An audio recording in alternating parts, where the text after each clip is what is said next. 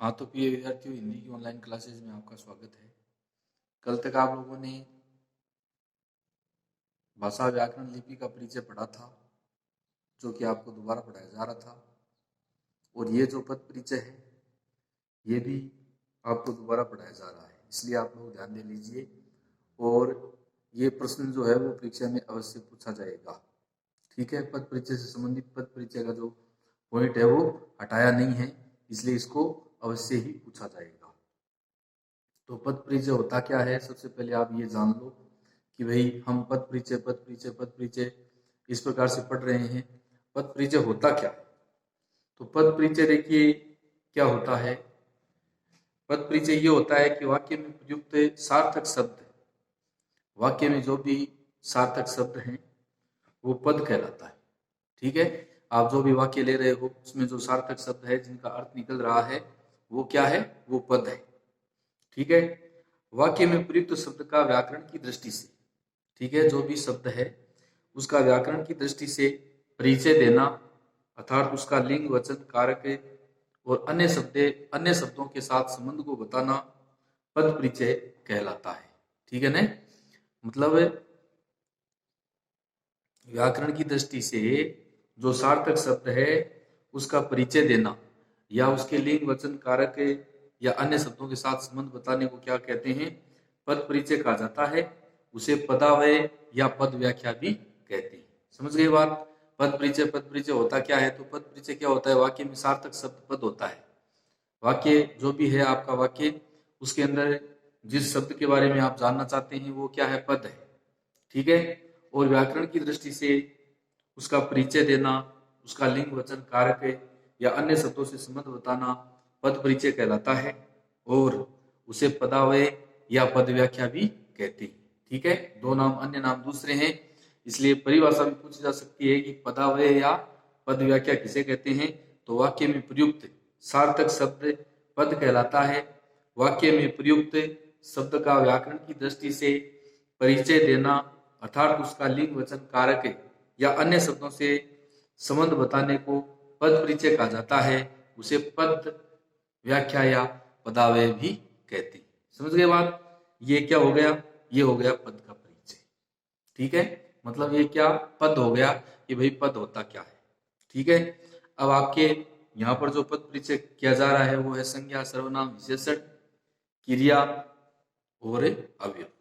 ये 5 आपके पद परिचय हैं, जिसमें से आप सबसे पहले संज्ञा का पद परिचय पढ़ोगे। पद परिचय का पॉइंट पूरा दिया है, उसको काटा नहीं है, अलग नहीं किया है। तो पद परिचय का पॉइंट पूरा दिया, इसका मतलब पद परिचय सब आएगा। ठीक है, तो पद परिचय में सबसे पहले क्या है? सबसे पहले संज्ञा का पद परिचय है।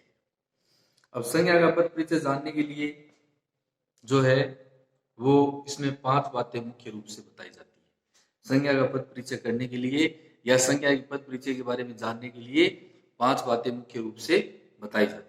ठीक है, जिसमें पहला संज्ञा के भेद, व्यक्ति, जाति और भाव। ठीक है ना?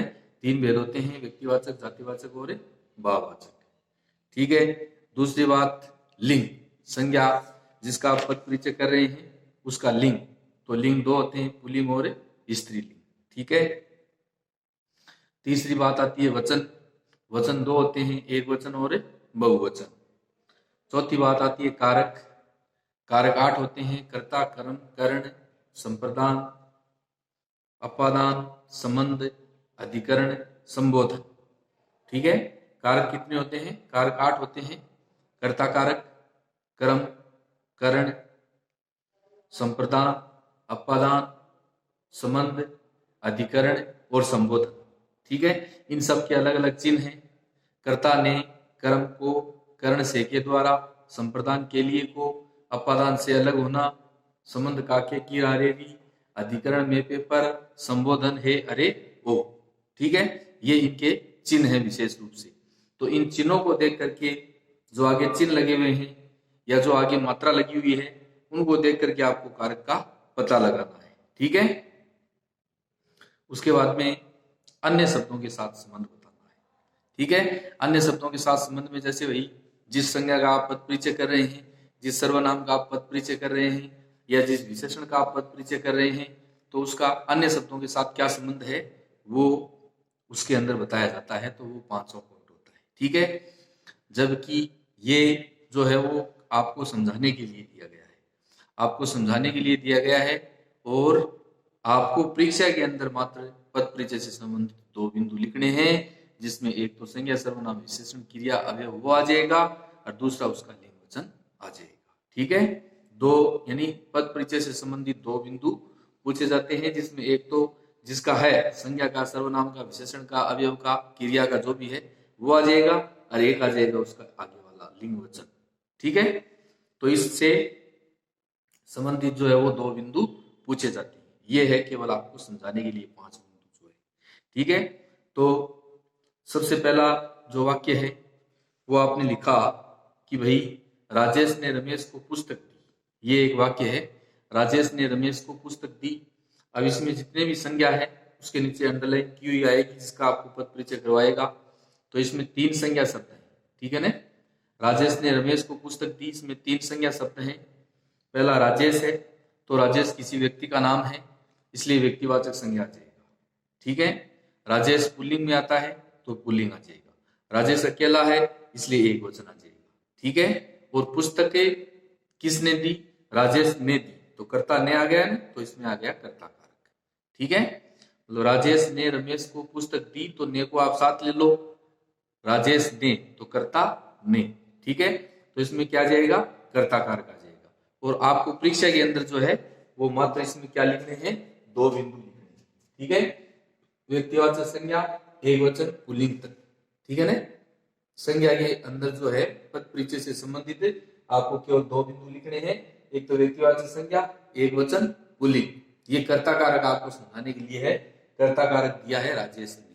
ठीक है, दूसरा किसको, रमेश को, तो कर्ता ने कर्म को। ठीक है, रमेश को, तो रमेश व्यक्तिवाचक संज्ञा, किसी व्यक्ति का नाम है, व्यक्तिवाचक संज्ञा, एक वचन, पुल्लिंग, और को आ गया इसलिए कर्म कारक आ गया। ठीक है, उसके बाद में दूसरी बात क्या दी, तो क्या दी इसका मतलब पुस्तक दी, तो क्या का उत्तर आ गया, तो वहां पर क्या हो जाएगा, कर्म कारक हो जाएगा। पुस्तक दी, तो पुस्तक क्या है, पुस्तक बहुत सारी होती है, नाम नहीं दिया गया है, इसलिए जातिवाचक संज्ञा है। जातिवाचक संज्ञा एक वचन और स्त्रीलिंग है। पुस्तक क्या है, स्त्रीलिंग है, कर्म कारक है ये भी। ठीक है, क्या दी, पुस्तक दी, तो ये भी क्या हो गया, कर्म कारक हो गया। तो इस तरह से संबंधित, इस तरह से जो है वो आपको संज्ञा का पद परिचय करना है। पहला वाक्य आपके सामने है, राजेश ने रमेश को पुस्तक दी। इसमें 3 संज्ञा शब्द हैं, राजेश, रमेश और पुस्तक। ठीक है, अब आप इन तीनों का पद परिचय करेंगे, तो राजेश क्या है, व्यक्तिवाचक संज्ञा है, एक वचन है, पुल्लिंग है। ठीक है, आगे आपको ध्यान नहीं देना है, ये केवल आपको समझाने के लिए। दूसरी बात, रमेश को, तो को साथ लेंगे तो कर्म कारक आ जाएगा। व्यक्तिवाचक संज्ञा, एक वचन, पुल्लिंग, कर्म कारक। तीसरी बात पुस्तक है, तो पुस्तक जातिवाचक संज्ञा है, एक वचन, स्त्रीलिंग है, कर्म कारक है। ठीक है, इस प्रकार से ये आपका पहला वाक्य हल होता है, और इसी तरह से आपको परीक्षा के अंदर करना है, जिसके अंक मिलेंगे आपको 2। ठीक है, आधा आधा के 4 हिस्से होते हैं। ठीक है, आधा आधा के 4 हिस्से होते हैं, इसका मतलब आप पहला आधा लिखेंगे तो एक यानी व्यक्तिवाचक संज्ञा लिखेंगे या कोई सी भी संज्ञा लिखेंगे तो आधा। ठीक है, फिर उसके आगे लिंग वचन लिख देंगे तो 1, फिर दूसरा जो पॉइंट करवाएगा उसका लिख देंगे तो फिर 1.5, और आगे वाला 2। ठीक है, इस तरह से आपको 2 अंक इसमें मिलते हैं। जितना भी सही है उतना अंक आपको दिया जाता है। ठीक है, दूसरा जो वाक्य है वो है, नेपाल चीन से हथियार खरीदेगा। नेपाल चीन से हथियार खरीदेगा, तो इसमें कौन कौन से संज्ञा शब्द हैं, इसमें 3 संज्ञा शब्द हैं। ठीक है, इसमें 3 संज्ञा शब्द हैं, नेपाल, चीन और हथियार। जिनके नीचे अंडरलाइन किया हुआ है उनका हमें क्या करना है, उनका हमें पद परिचय करना है। तो नेपाल किसी देश का नाम है, इसलिए व्यक्तिवाचक संज्ञा है, एक वचन है, पुल्लिंग है, कर्ता कारक है। कौन खरीदेगा, नेपाल खरीदेगा। ठीक है, उसके बाद में दूसरा चीन से, तो चीन से ले लेंगे, से का मतलब है अलग होने के अर्थ में, तो हथियार जो है वो चीन से अलग हो रहे हैं, इसका मतलब इसमें अपादान आएगा। ठीक है, तो चीन व्यक्तिवाचक संज्ञा, एक वचन, पुल्लिंग है, देश का नाम है। आपको स्त्रीलिंग सा लग रहा है लेकिन देश का नाम है, इसलिए क्या है, पुल्लिंग है। ठीक है, व्यक्तिवाचक संज्ञा, एक वचन, पुल्लिंग, अपादान कारक है, क्यों? क्योंकि चीन से हथियार जो है वो अलग हो रहे हैं। उसके बाद में तीसरा हथियार, तो हथियार का मतलब है कि हथियार का नाम नहीं दिया गया है, इसलिए जातिवाचक संज्ञा है, एक वचन है। जातिवाचक संज्ञा बहुवचन है, हथियार बहुत सारे होते हैं तो बहुवचन है और कर्मकारक है। ठीक है, जातिवाचक संज्ञा बहुवचन कर्मकारक, और इसमें एक लिंग जो रह गया वो क्या गया? पुल्लिंग है। ठीक है, पुल्लिंग इसमें आ जाएगा। तो इस तरह से हमें क्या करना है? पद परिचय करना है। तीसरा जो वाक्य है वो है आपका, गोपाल बाजार से कपड़ा लाया। ठीक है, अब इसमें 3 के नीचे अंडरलाइन है। तो गोपाल व्यक्तिवाचक संज्ञा, पुल्लिंग एक वचन, कर्ता कारक है, बाजार से। ठीक है, तो वही कपड़ा अलग हो गया, इसलिए जातिवाचक संज्ञा, पुल्लिंग एक वचन, अपादान कारक है। बाजार एक वचन है, अपादान कारक यानी कपड़ा उससे अलग हो रहा है। तीसरा कपड़ा, जातिवाचक संज्ञा, पुल्लिंग एक वचन, कर्म कारक है। क्या लाया? कपड़ा लाया, तो ये भी कर्म कारक है। ठीक है, इस तरह से ये संज्ञा का पद परिचय से संबंधित आपको 3 वाक्य आपने लिखे हैं, और इसमें से जो समझ में नहीं आता है उसको आप पूछ सकते हैं बार बार कमेंट वगैरह करके, जहां कहीं भी उपलब्ध हो। तो ये यहाँ पर क्या है? यहाँ पर आपको पुल्लिंग लिखना है, जातिवाचक संज्ञा बहुवचन, और उसके आगे क्या लिखना है? पुल्लिंग लिखना है। बहुवचन पुल्लिंग कर्म कारक है।